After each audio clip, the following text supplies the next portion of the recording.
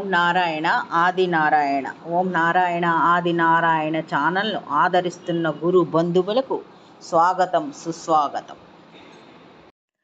ఓం నారాయణ ఆది నారాయణ. ఓం శ్రీ భగవాన్ వెంకయ్య స్వామి నమః. ఆశ్రిత జనరక్షకుడు, దేనజన బాంధవుడు శ్రీ భగవాన్ వెంకయ్య స్వామి వారి పాద పద్మములకు నా ప్రణామం. సమస్త సగుణ రూప నిర్గుణ రూప గురుదేవుల పాద పద్మములకు నా నమస్సుమాంజలి. అవధూత శ్రీ భగవాన్ వెంకయ్య స్వామి వారి అనుగ్రహంతో, సమస్త గురుదేవుల ఆశీస్సులతో శ్రీ మొగల్చెర్ల దత్తాత్రేయ స్వామి వారి లీలా వైభవం స్మరించుకుందాం. ఓం నారాయణ ఆది నారాయణ. ఓం శ్రీ గణేశ నమః. ఓం శ్రీ సరస్వతి. ఓం శ్రీ గురుభ్యో నమః. ఈనాటి ఈ భాగంలో శ్రీ మొగల్చెర్ల దత్తాత్రేయ స్వామివారి కపాల మోక్షం ముందు జరిగిన సంఘటనలు, కపాల మోక్షం జరిగిన రోజు వైశాఖ శుద్ధ సప్తమి, ఆ రోజు జరిగిన సంఘటనలు ఇప్పుడు స్మరించుకుందాం.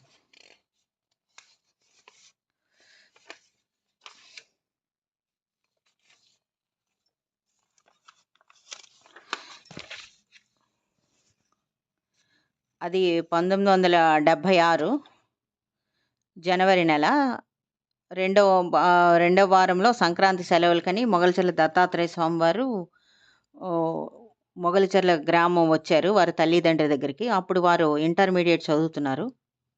వారు వచ్చిన తర్వాత ఎప్పుడు వారి అమ్మగారు నిర్మలా ప్రభావతి గారు స్వామివారికి ఆహారం ఇచ్చి వచ్చే బాధ్యతను అప్పచెప్తూ ఉంటారు ఎప్పుడు సెలవుల్లో వచ్చిన. అదేవిధంగా వీరికి స్వామివారికి ఆహారం ఇచ్చే బాధ్యతను అప్పచెప్పారు. ఆ రోజు మరుసటి రోజు ఉదయం 9 గంటలకి స్వామివారి కోసం ఒక టిఫిన్ బాక్స్లో భోజనం పెట్టి ఇలా అన్నారు ఆమె, స్వామివారి మధ్య సరిగ్గా ఆహారం తీసుకోవట్లేదు, ఆయన ధ్యానంలో ఉంటే కొద్దిసేపు అక్కడే ఉండి ఆయన చేతికి ఇచ్చేసి అప్పుడు రా అని చెప్పారు తల్లి. అలాగే అని తల్లికి చెప్పి వారు ఆశ్రమం దగ్గరికి వెళ్ళిపోయారు.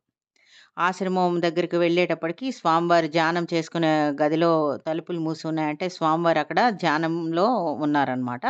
వీరు కాళ్ళు చేతులు కడుక్కొని అక్కడ బాక్సు అక్కడ పెట్టి వరండాలో కూర్చున్నారు. స్వామివారు వస్తారని చూస్తున్నారంటే తల్లి చెప్పారు కదా స్వామివారు వచ్చిన తర్వాత ఆయన చేతికి ఇచ్చేసిరా అని.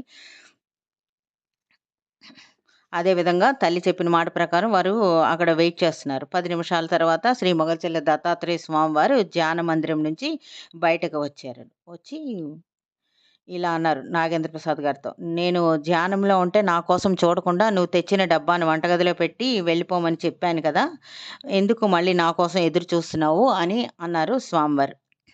అప్పుడు నాగేంద్ర ప్రసాద్ గారు ఇలా అన్నారు, మీరు వచ్చేదాకా ఉండి మీకు అందజేసి రమ్మని అమ్మ చెప్పింది అందుకని అని అన్నారనమాట. అప్పుడు స్వామి ఇలా అన్నారు, అమ్మకు చాదస్తం ప్రసాదు, నేను సరిగ్గా ఆహారం తీసుకోవట్లేదని ఆమె బెంగ, నా ధ్యానం మీద కానీ అన్నం మీద కాదు కదా, ఆ మాట అమ్మకు చాలాసార్లు చెప్పాను, సరే ఆమె తాపత్రయం ఆమెది అని అన్నారు. ఇంకా ఇలా స్వామి అన్నారు, ఈ 10 రోజులు నువ్వే వస్తావా అన్నారు. అంటే నాగేంద్ర అవును అన్నట్టు అన్నారు. వంటగదిలోకి వెళ్ళి వీరి చేతిలో ఉన్న అన్నం డబ్బా అక్కడ పెట్టి బల్ల మీద పెట్టి స్వామివారితో చెప్పారు, వెళ్ళొస్తాను స్వామి అన్నారు. అంటే మళ్ళీ వస్తావుగా అని అన్నారు స్వామి. మళ్ళీ రావడం ఏమిటి ఇలా అంటున్నారని అనుకున్నారు, కానీ రేపటి సంగతి గురించి చెప్తున్నారని అనుకొని అక్కడ తల ఊపేసి వచ్చేసారు నాగేంద్ర ప్రసాద్ గారు. ఆ రోజు మధ్యాహ్నం 3 గంటలు అయ్యేటప్పటికి స్వామివారి ఆశ్రమం నిర్మించిన మీరాశెట్టి గారు, స్వామివారి శిష్యుడు ప్రథమ శిష్యుడు శ్రీ చెక్కా కేశవులు గారు మొగల్చెర్ల శ్రీధర్రావు గారింటికి వచ్చారనమాట. అప్పుడు ఈయన పవని శ్రీధర్రావు గారు వీరిని పిలిచారు, ఈరోజు మన పనివాడు ముసలయ్య పనిలోకి రాలేదు, మేము ముగ్గురు స్వామివారి మందిరానికి వెళ్ళాలి, నువ్వు గూడు బండికి సెద్దులు కట్టేసి బండి సిద్ధం చెయ్యి, నువ్వు స్వామి ఆశ్రమానికి మమ్మల్ని చేరుస్తావా, తిరిగి మళ్ళీ ఇంటికి చేర్చాలి అని కొడుకుని అడిగారనమాట. అప్పుడు వెంటనే వీరికి గుర్తొచ్చిందనమాట నాగేంద్ర ప్రసాద్ గారికి, మళ్ళీ వస్తావుగా అని స్వామివారి పొద్దున అన్న మాట గుర్తుకొచ్చింది. ఇంట్లోకి వెళ్ళి తల్లితో అదే విషయం చెప్పారు. చెప్తే ఆమె అన్నారనమాట, ప్రభావతి అమ్మగారు మహానుభావుడు, ఆయనకి అన్నీ ముందే తెలుసు ఆయనకి అని అన్నారమ్మ. వీరికి ఎద్దుల బండి తోలడము తెలుసు కనుక 10 నిమిషాల్లో బండి సిద్ధం చేసి వీరి శ్రీధర్రావు గారితో పాటు ఉన్న మిగిలిన ఇద్దరిని చెక్కా కేశవులు గారిని మీరాశెట్టి గారిని ఎక్కించుకొని స్వామివారి ఆశ్రమానికి వెళ్ళారు. అక్కడ వెళ్ళిన తర్వాత దిగి లోపలికి వెళ్ళారు. స్వామివారి లోపల పద్మాసనం వేసుకొని కూర్చొని ఉన్నారు. వారికి ఎదురుగా శ్రీధర్రావు గారు, మీరాశెట్టి గారు, కేశవులు గారు కూర్చొని ఉన్నారు. అప్పుడు స్వామి ఇలా అన్నారు, నాకు అన్నం తెచ్చే పని కాకుండా ఇంకా మిమ్మల్ని తీసుకొచ్చే పని కూడా ప్రసాదికి పెట్టారా మీరు అని అన్నారు స్వామివారు. అప్పుడు శ్రీధర్రావు గారు ఇలా అన్నారు, ముసలయ్య రాలేదు స్వామి, అందుకని వీడిని తీసుకొచ్చాను అని అన్నారు శ్రీధర్రావు గారు. స్వామివారు నాగేంద్ర ప్రసాద్ గారు పక్క చూసి దగ్గరికి రమ్మని పిలిచి ఆ పక్కన కొద్దిగా దూరంగా కూర్చోబెట్టుకున్నారు. తర్వాత స్వామివారు వారి ముగ్గురితో శ్రీధర్‌రావు గారు, మీరా శెట్టి గారు, చెక్కా కేశవులు గారితో ఇలా అన్నారు. "సమయం తక్కువగా ఉంది శ్రీధర్‌రావు గారు. మీరు ముగ్గురు శ్రద్ధగా వినండి. ఎక్కువలో ఎక్కువ 5, 6 నెలలు కంటే ఎక్కువ లేదు నాకు ఆయుష్షు. నన్ను జీవ సమాధి చేయండి" అని అన్నారనమాట. అప్పుడు మీరా శెట్టి గారు అన్నారు. మీరా శెట్టి గారు ఎప్పుడూ స్వామివారిని ఏకవచనంతో పిలుస్తూ ఉండేవారు. ఇలా అన్నారు మీరా శెట్టి గారు. "మేము ముగ్గురం కనబడితే నువ్వు సమాధి చేయమని అడుగుతావు. ఇంకేమీ మాట్లాడవా?" అని అన్నారు మీరా శెట్టి గారు. అప్పుడు స్వామివారు పెద్దగా నవ్వి ఇలా అన్నారు. "మీరా శెట్టి ఇక నాకు మిగిలింది మోక్షమేనయ్యా. దాని గురించి పదే పదే మీకు చెప్పాలి.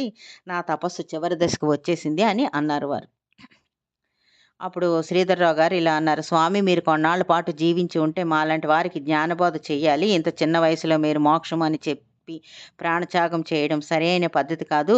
కొంతకాలం జీవించి ఉండి మాకు జ్ఞానబోధ చేయండి. మరొకసారి ఆలోచించండి. సమాజానికి మీలాంటి సాధకులు అవసరం ఎంతో ఉంది" అని శ్రీధర్‌రావు గారు అన్నారు. అప్పుడు శ్రీధర్‌రావు గారికి సమాధానంగా స్వామి ఇలా అన్నారు. "శ్రీధర్‌రావు గారు సమాజ హితం కొరకు నేను జీవించే ఉండనక్కర్లేదు. ఇది తపోభూమి. నా సాధన, తపస్సు, శక్తి నా సమాధిలోనే నిక్షిప్తమై ఉంటాయి. ఈ సందేహం మీకు వద్దు. నా ఆయుష్‌ని నేను పొడిగించుకోలేను. అది నా చేతుల్లో లేదు. కాకుంటే మాలాంటి అవధూతలకు ఉండే ఒకే ఒక సౌకర్యం ఏమిటంటే మేము మా ఆయుష్ తీరే సమయానికి మా ఇష్ట ప్రకారం ఇచ్చా మరణాన్ని పొందవచ్చు. అదొక్కటే నా చేతుల్లో ఉంది. ఇలా చెబితే మీకు అర్థం కాకపోవచ్చు. కానీ ముందు ముందు మీరే కళ్ళారా చూసి నిర్ధారణకు వస్తారు" అని అన్నారు స్వామి. అప్పుడు చెక్కా కేశవులు గారు ఇలా అన్నారు. "మీరు మహానుభావులు. ఒక యోగికి సేవ చేసుకుంటున్నామని మేము ఎంతో ఆనందపడుతున్నాం. మీరేమో ఇలా అర్ధాంతరంగా శరీరం విడిచిపెట్టి మోక్షానికి వెళ్తామని చెప్తున్నారు. కాస్త ఆలోచించండి స్వామి" అని అన్నారు కేశవులు గారు. అప్పుడు వారికి సమాధానంగా కేశవులు గారికి సమాధానంగా స్వామి ఇలా అన్నారు. "కేశవులు గారు నేనెంత చెప్పినా మీకు అసలు విషయం ఇంతవరకు అర్థం కాలేదు. నాకు ఆయుష్ ఎక్కువ కాలం లేదు. ఆ ఒక్క మాట మీకు అర్థమైతే చాలు" అని అన్నారు స్వామి. అప్పుడు మీరా శెట్టి గారు ఇలా అన్నారనమాట. "మా చేతులతో నిన్ను సమాధి చేయడం మా వల్ల అయ్యే పనేనా? మాతో కాదు" అని చెప్పేశారు. ఖరాఖండిగా తేల్చి చెప్పేశారు మీరా శెట్టి గారు. "మాతో అవ్వదు ఈ పని" అని. అప్పుడు స్వామివారు నవ్వి ఇలా అన్నారు. "ముసలయ్య రాలేదని ప్రసాద్‌ని బండి కట్టించుకొని ప్రసాద్ చేత బండి కట్టించుకొని మిమ్మల్ని మీరు రాలేదా? అలాగే ఇలాంటి వాళ్ళు ఉండకపోతారా? ప్రసాద్ చేత బండి కట్టించుకొని మీరిక్కడికి వచ్చారు కదా! ఇలాంటి ప్రసాద్ వాళ్ళు అప్పుడు నాకు ఉండకపోతారా?" అని అంటూ భుజం తట్టి లేచి నిలబడ్డారు. ఆ తర్వాత ఇంకా ఇలా అన్నారనమాట. "మీరు బాగా ఆలోచించుకోండి. ఇంకా కొద్ది నెలలు సమయం ఉంది. నా సాధన చరమ దశకు చేరుతుంది. ముందు ముందు ఇంకా తీవ్ర సాధన చెయ్యాలి. మిమ్మల్ని ఇక మొదట కలవడం కుదరదు. ఇక వెళ్ళి రండి" అని స్వామివారు లోపలికి వెళ్ళిపోయారు. తర్వాత అప్పుడు ఆహ్, అందరూ ముగ్గురు ఇంటికి వచ్చేసారు. మరుసటి రోజు మీరా శెట్టి గారు, చెక్కా కేశవులు గారు కూడా వారి ఊరికి వెళ్ళిపోయారు. తర్వాత వీరు కూడా నాగేంద్ర ప్రసాద్ గారు కూడా కాలేజ్‌కి వెళ్ళిపోయారు. అంతా జరిగిపోయింది. జరిగిపోయిన తర్వాత కానీ స్వామివారు చెప్పిన మాట వీరికి స్వామివారు వారి నిర్ణయం మార్చుకోలేదు అని వీరికెప్పుడంటే తెలిసింది. మే నెల 6వ తేదీ వైశాఖ శుద్ధ సప్తమి నాడు వారికి నిరూపణ అయిపోయింది. ఎందుకంటే ఆ రోజు వారు కపాల మోక్షం ద్వారా శరీరాన్ని వదిలేశారు. ఆ రోజు వైశాఖ శుద్ధ సప్తమి. స్వామివారు హఠయోగం పట్టి కపాల మోక్షం ద్వారా శరీరం వదిలేసిన రోజు. మధ్యాహ్నం 1 గంట సమయంలో మొగల్చర్ల గ్రామస్తుడైన ఎరుకులయ్య అనే ఒక గొర్రెల కాపరి అక్కడ స్వామివారి ఆశ్రమం ప్రహరీ గోడ మీదుగా లోపలికి చూసేసరికి స్వామివారి శరీరం ఒక పక్కకి ఒరిగినట్టు కనబడింది. అతనికి సందేహం వచ్చి ఈ మొగల్చర్ల వచ్చి శ్రీధర్‌రావు గారి ఇంటికి వచ్చి ఆ సమాచారాన్ని ఇచ్చారు. ఆ వార్త క్షణంలో గ్రామంలో పాకిపోయింది. శ్రీధర్‌రావు గారు, ప్రభావతి అమ్మగారు వెళ్ళడానికి టైం పడుతుంది కదా! అని నాగేంద్ర ప్రసాద్ గారు ఒక 10 మంది గ్రామస్తుల్ని కలిసి ముందు పరుగులాంటి నడకతో స్వామివారి ఆశ్రమానికి చేరారు. స్వామివారి శరీరం పద్మాసనం వేసుకున్న స్థితిలోనే పక్కకి ఒరిగి ఉంది. దాంట్లో ఏ చలనం లేదు. శ్వాస కూడా లేదు. మరణించారని నిర్ధారించుకున్నారు. నిర్ధారించుకొని స్వామివారి శరీరాన్ని అలాగే ఎత్తి పట్టుకొని ప్రధాన గది ముందు గోడ వద్ద పద్మాసన స్థితిలోనే ఉంచారు.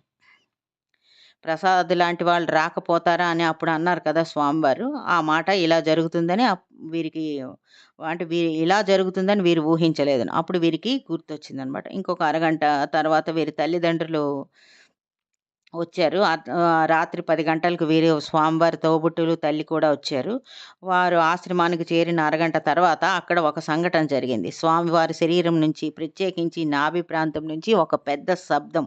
అంటే ఒక మోటార్ సైకిల్ వస్తున్న శబ్దాన్ని పోలి ఉన్న పెద్ద ధ్వని వచ్చిందనమాట. ఆ ధ్వని ఆగిపోయిన మరుక్షణం స్వామివారు శిరస్సు పైన చీలిక ఏర్పడి రక్తం ధారగా కిందకి కారిందనమాట. ఆశ్రమం బయట ఉన్న వ్యక్తులకి ఒక నీలిరంగు కాంతి పుంజం ఆకాశంలోకి వెళ్ళినట్టు కనబడింది. అంటే అప్పుడు వీళ్ళకి అర్థమైందనమాట. ఆ నిమిషం వరకు శ్రీ మొగల్చెల్ల దత్తాత్రేయ స్వామివారి ప్రాణాల్ని నిలిపి ఉంచుకున్నారని అక్కడ ఉన్న వాళ్ళందరికీ అర్థమైంది. ఆ తర్వాత స్వామివారి భౌతిక కాయాన్ని ఆయన నిర్మించుకున్న నేలమాళిగలోనే ఉత్తరాభిముఖంగా ఉంచి, పద్మాసనం స్థితిలోనే ఉంచి పైన మూత వేశారు. ఓం నారాయణ. ఆది నారాయణ.